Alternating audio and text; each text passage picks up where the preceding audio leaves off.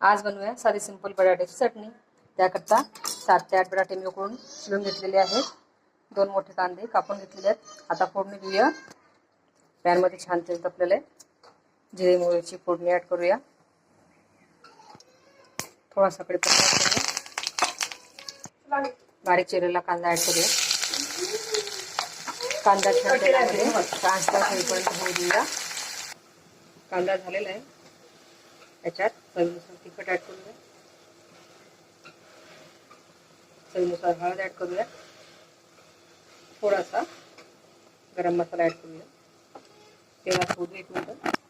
यात बारीक केलेले बटाटे ऍड करूया। चवीनुसार मीठ ऍड करूया। एकदा व्यवस्थित हलवून घेऊ। हलवून झालेलं आहे। आता याला 5 मिनिटं आपण बंद आचेवर झाकून ठेवूया। 5 मिनिटं झालेली आहेत आणि आपली